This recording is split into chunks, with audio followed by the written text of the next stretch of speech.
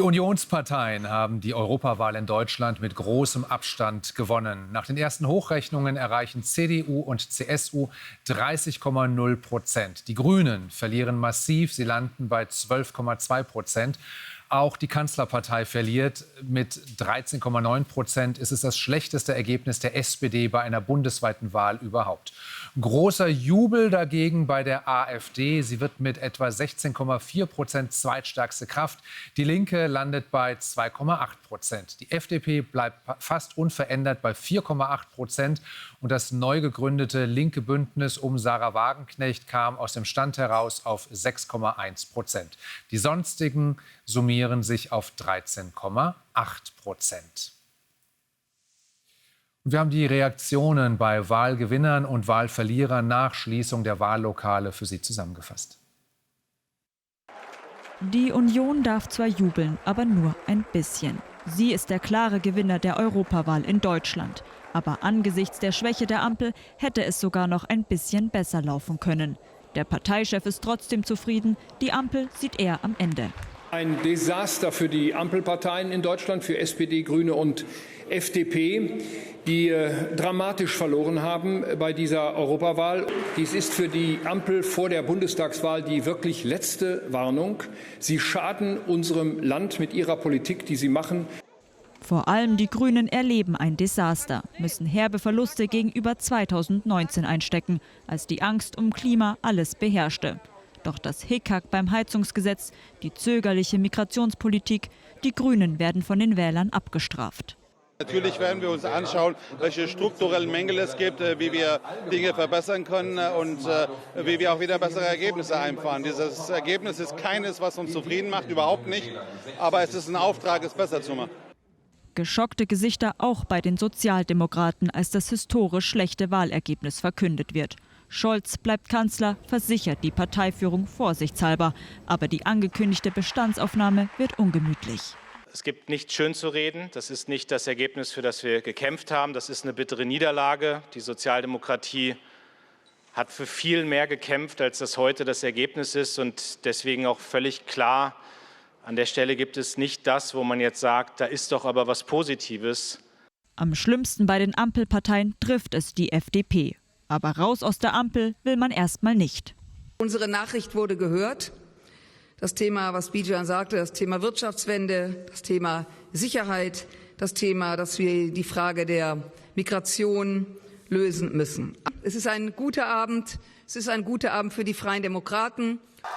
Profitieren vom Ampelfrust können AfD und das Bündnis Sarah Wagenknecht. Damit ist klar, die Ränder werden gestärkt. Das BSW kann aus dem Stand ein gutes Ergebnis erzielen. Dabei wurde die Partei erst vor einem halben Jahr gegründet. Es gab wirklich noch keine Partei, die 6 Monate nach ihrer Gründung bundesweit ein solches Ergebnis hatte. Eine Partei, die tatsächlich von Null gestartet ist. Als historisch bezeichnet die AfD den Wahlabend. Sie wird zweitstärkste Kraft in Deutschland. China-Spionage, Bestechlichkeit, die Skandale rund um ihre Europaspitzenkandidaten schaden der AfD offenbar nicht. Wir haben Platz 2 herum, liebe Freunde. Super! Vor allen Koalitionsparteien dieser Ampelregierung ein super Ergebnis vor den Sozis, vor der FDP, vor den Grünen. Super zugelegt. Der Durchmarsch der AfD, der Aufstieg des BSW und die Klatsche für die Ampelparteien. Die Ergebnisse der Europawahl sind auch ein Stimmungstest für die bevorstehenden Landtagswahlen. Wir wollen das Ergebnis näher einordnen. Mein Kollege Marco Reinke ist auf der Wahlparty der EVP in Brüssel. Da geht es schon hoch her, wie man hören kann. Marco, die EVP wird wohl stärkste Kraft in Europa. Trotzdem, wie groß ist denn die Sorge vor einem Erstarken gerade des rechten Rands? Naja, man hat ja versucht, zumindest auf deutscher Ebene von Seiten der Schwesterpartei CDU und auch der dortigen Schwesterpartei der CSU, hat man ja versucht, eine Brandmauer hochzuziehen, zumindest auf Bundesebene.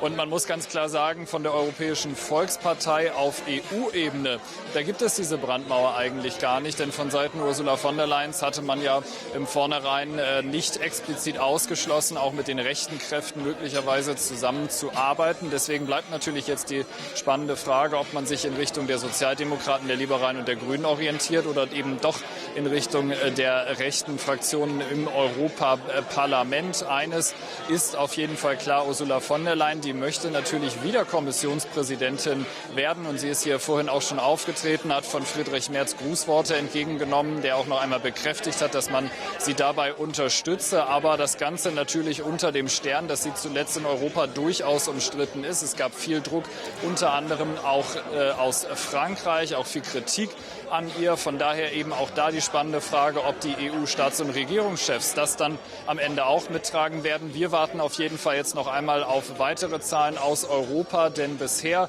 fehlen noch die europaweiten Projektionen, die dann wirklich auch die Zusammensetzung des Europäischen Parlaments zeigen werden. Marco, das wird noch ein paar Stunden dauern. Bis dahin erstmal vielen Dank nach Brüssel. Dankeschön.